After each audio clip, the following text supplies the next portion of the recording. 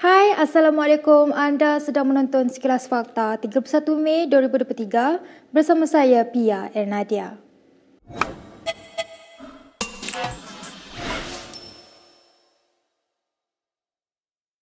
Seorang individu yang dikatakan menjadi sekutu ahli perniagaan dalam buruan, Joe Low, meninggal dunia tidak sampai sebulan selepas kembali ke negara ini. Sumber di SPRM mengesahkan kepada Malaysia Kini, seseorang yang dipaparkan dalam obituari bernama Kee Kot Tiam merupakan individu yang sama ditahan pada 3 Mei yang lalu. Sebelum ini, Kee berada di luar negara selama 5 tahun. Upacara pengebumian berlangsung di Kepong hari ini.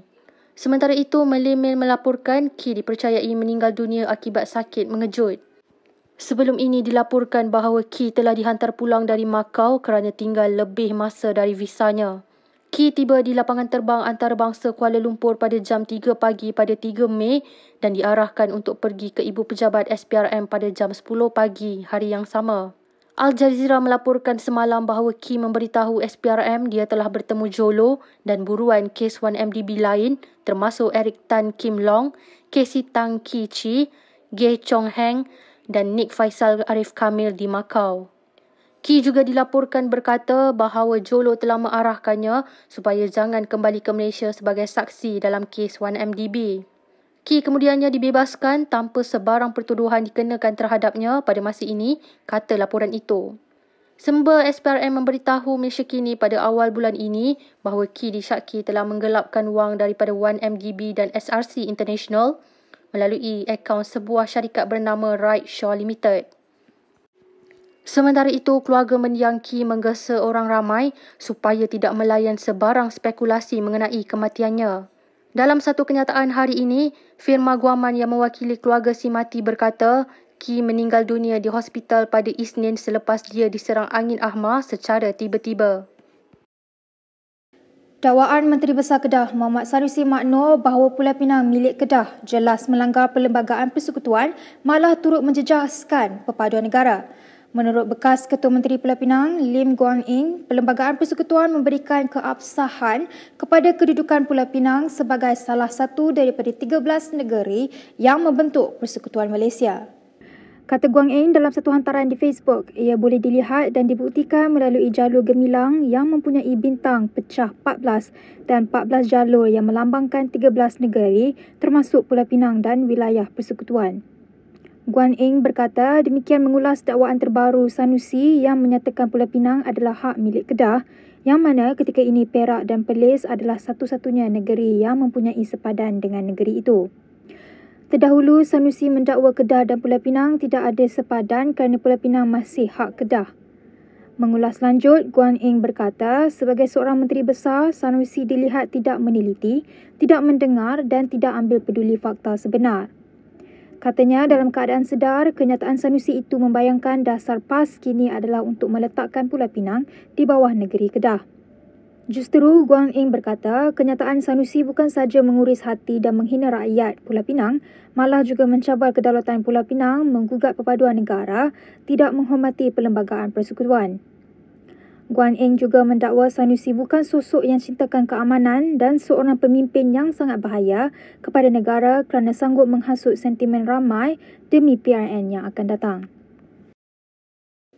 Mahkamah Tinggi Kuala Lumpur hari ini menetapkan 11 Julai untuk mendengar permohonan bekas Perdana Menteri Muhyiddin Yassin bagi membatalkan 4 pertuduhan salah guna kuasa terhadapnya.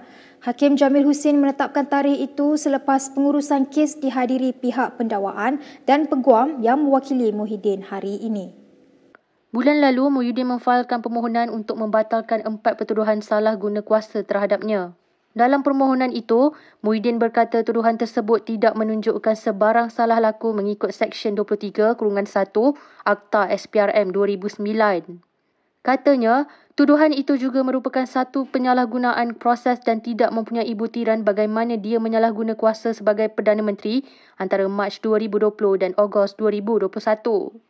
Tuduhan-tuduhan berkenaan berkait program Jana Wibawa yang mendakwa Muhyiddin berusaha mendapatkan RM232.5 juta untuk bersatu.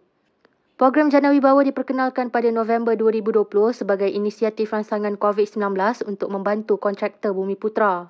Sebelum ini, pengurus CPN itu didakwa atas 4 pertuduhan salah guna kuasa dan 3 pertuduhan pengubahan wang haram.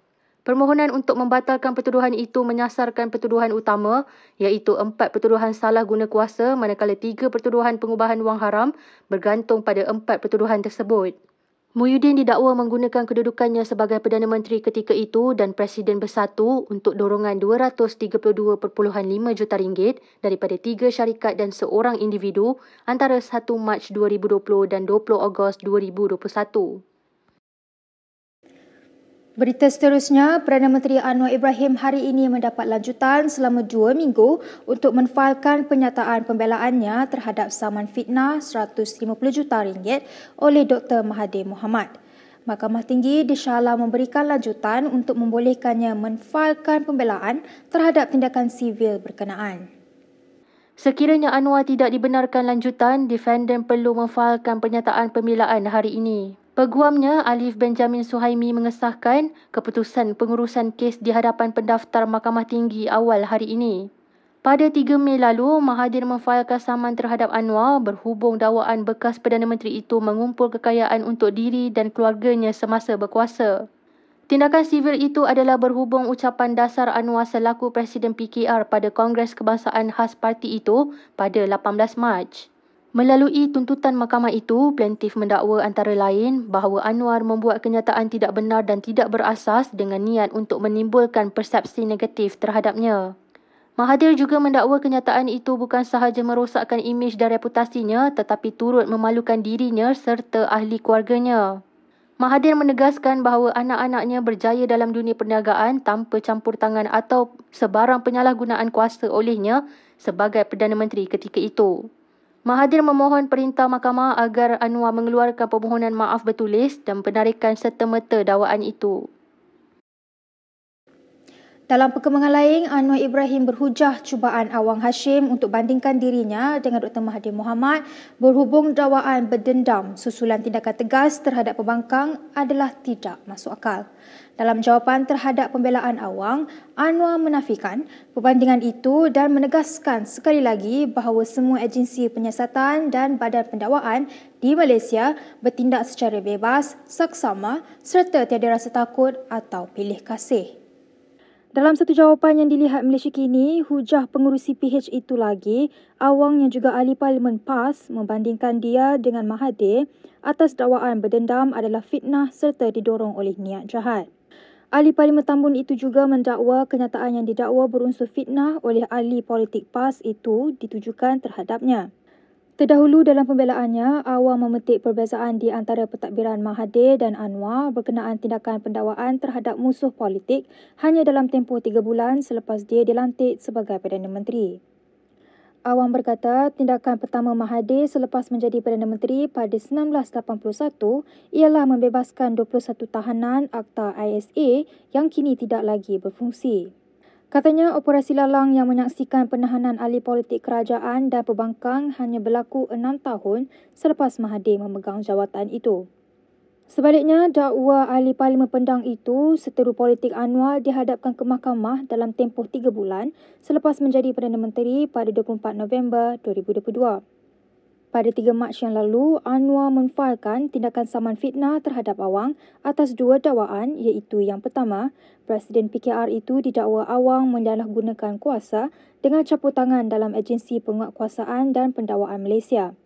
Manakala yang kedua ialah berhubung isu pelantikan plaintiff sebagai Perdana Menteri ke-10.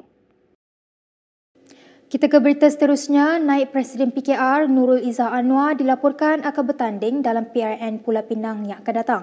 Bekas ahli Parlimen Pematang Pauh itu juga dijangka akan diberikan portfolio penting dalam pentadbiran negeri jika menang.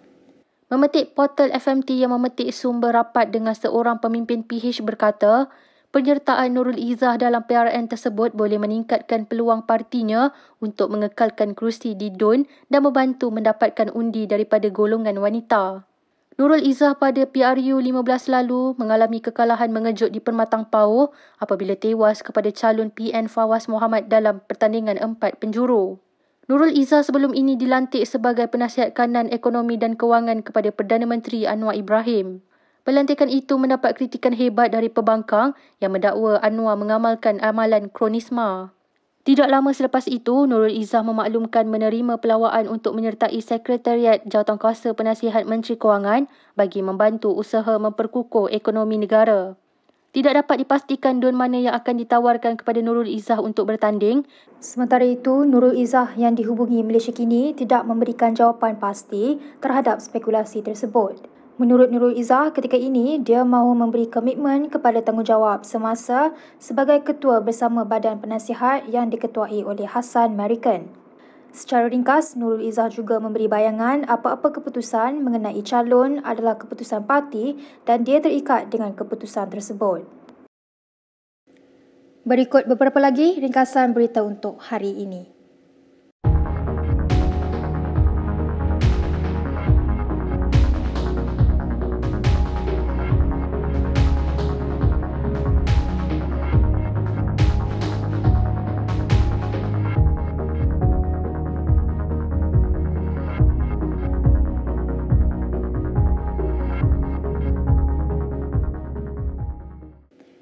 Sekian sahaja daripada saya, Pia Nadia, untuk sekilas fakta. Untuk lebih banyak berita, anda boleh melayari kinitv.com. Anda juga boleh mengikuti kami di Instagram, Twitter, YouTube dan Facebook. Salam hormat dan jumpa lagi.